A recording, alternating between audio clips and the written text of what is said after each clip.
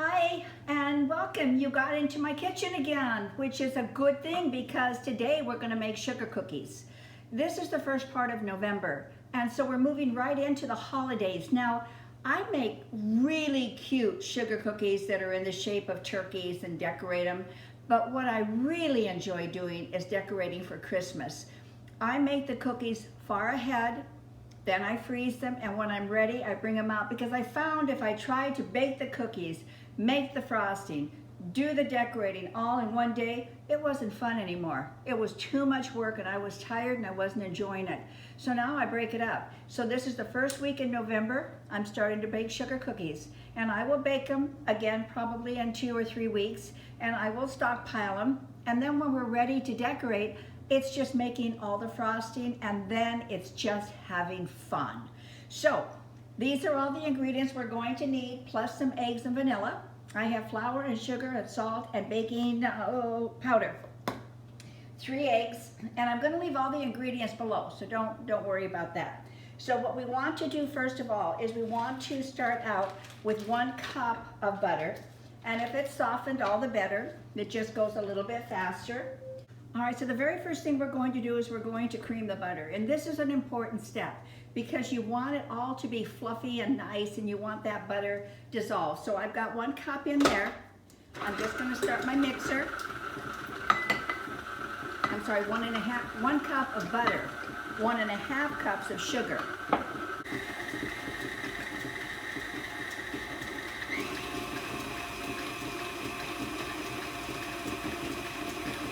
Patient through this part.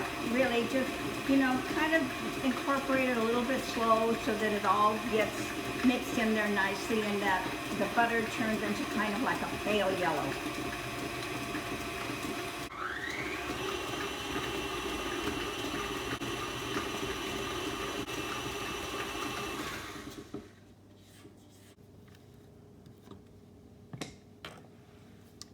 Now we want 3 eggs, 1 at a time. And incorporating those eggs individually, it is important, you guys.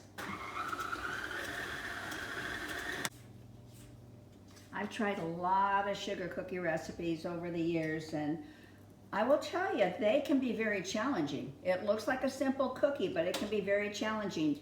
But I will also guarantee you that this recipe is good.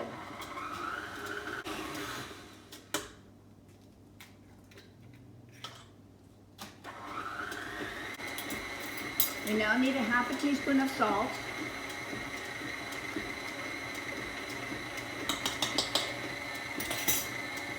And 1 teaspoon of vanilla.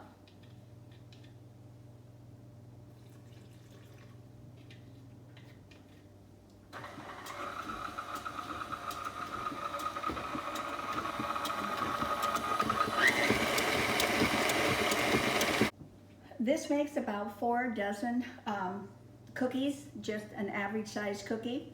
So it requires quite a bit of flour. So what we're putting in here, and I don't sift anymore. If you just aerate it like that, you don't have to sift it. 1. I found what's absolutely impossible for me is I can't talk and count at the same time. It has to be one or the other. So I'm pretty sure that was 2. This is 3. And 4. I guess we all have our limitations. And then we want 4 teaspoons, and that is teaspoons of baking powder, okay? Very important, you don't mix it up and put in baking soda, it's baking powder, and that is a lot of baking powder, and no, it is not a mistake. That is what the recipe calls for. There. Now I've got a whisk here because I want to make sure that we have that somewhat incorporated. So we have that baking powder throughout. I'm excited for you guys to make these. I really am. They're really good. It's a good cookie. And I've got a fabulous frosting for it too, but I'm not going to frost it on this video simply because what I said I was doing is actually what I'm doing. I'm going to freeze these. All right, now we just start incorporating the flour here. Now this is where I want you to be careful. You can overmix it. So you don't want to do that. You just want to incorporate it.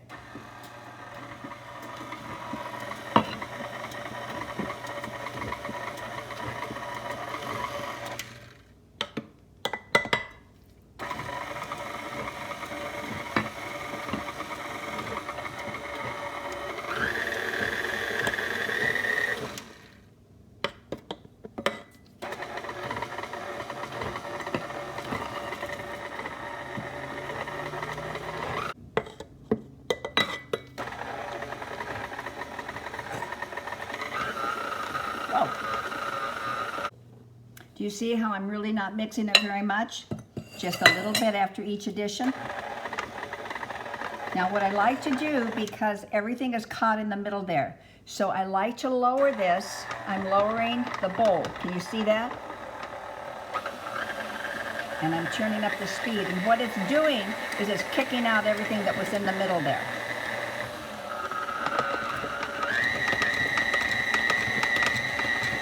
Okay, we are done.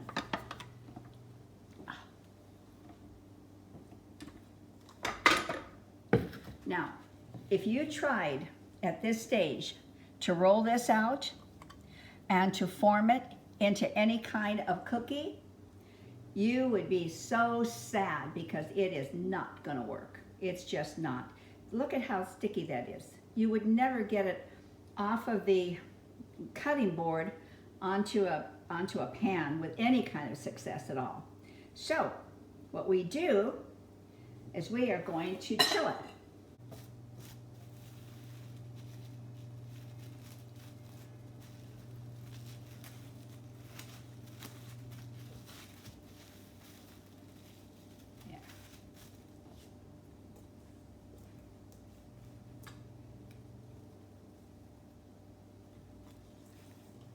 This is one of my husband's favorite cookies, and my grandkids go crazy for these. They're little guys. They're 4, 6, and 8.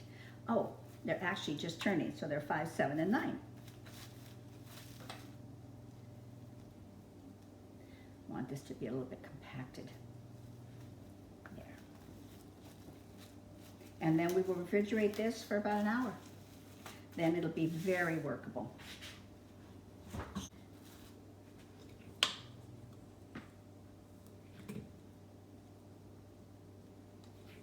Smells like Christmas.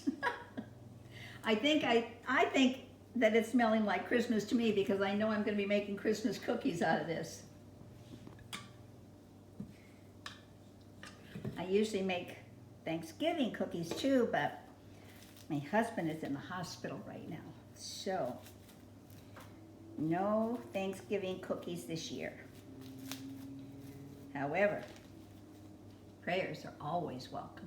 Any time of the year, but he's doing fine. Alrighty, in the refrigerator they go. I will be back in an hour. Welcome back.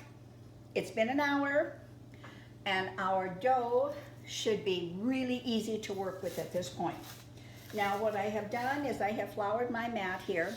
And I love this mat, but if you don't have one, just be sure you flour your countertop really well. You want to be able to get your cookies off of there so you can bake them. And then we are just going to roll these out. Oh, need a little bit of flour here too.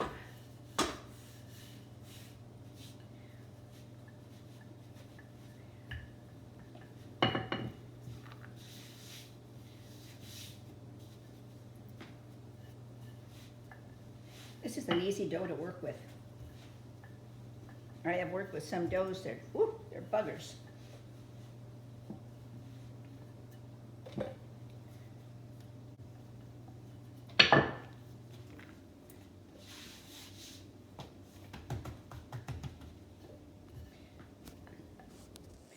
And you're going to roll it out to probably about 1/4 of an inch thickness.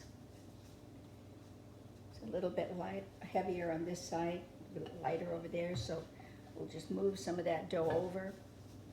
If you want exact measurements, please go to Martha Stewart. I don't have exact measurements. Alrighty, now like that. And when I do these for, look at that. This happened before and I forgot to fix it. I just have to glue it.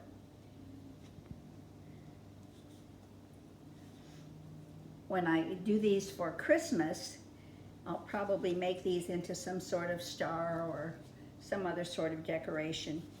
But for right now, they're just going to be discs. And you can put them fairly close to each other because they don't expand. They will puff up a little bit, but they're not going to expand.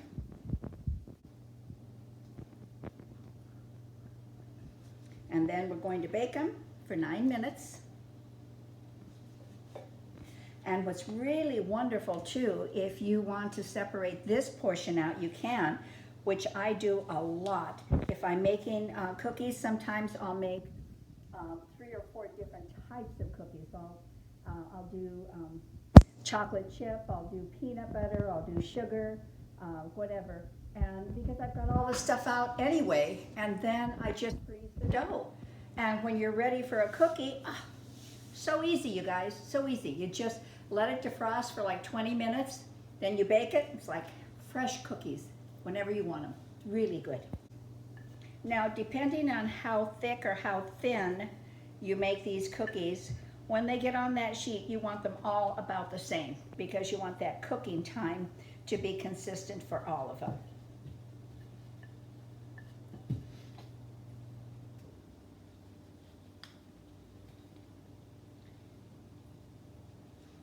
Okay, and these are going to cook or bake for about 9 minutes, and I will be back. I'm well into eating my cookie, and cameraman said, you didn't do your taste test for the camera. I said, oh, I'm so sorry. I guess I have to eat another cookie. So, oh yeah, it's good. Now, I don't think sugar cookies on their own are amazing, really. I believe these really do need a frosting. I like them because I don't like a lot of sweetness. So for me, this is a perfect cookie. But once they're frosted and decorated and they're made so beautiful for the holidays, they are just a delight to put on a tray and set it out for your guests or for your children or your grandchildren. My kids really love doing it. So thank you for stopping by and start getting prepared for the holidays. I'm going to start doing some Christmas wreaths and centerpieces in the next, I don't know, few days. So come back and take a look. You might want to do some of the decorations that we're doing for your house as well. So thank you. Subscribe. Come back. Thumbs up. See you soon. Bye-bye.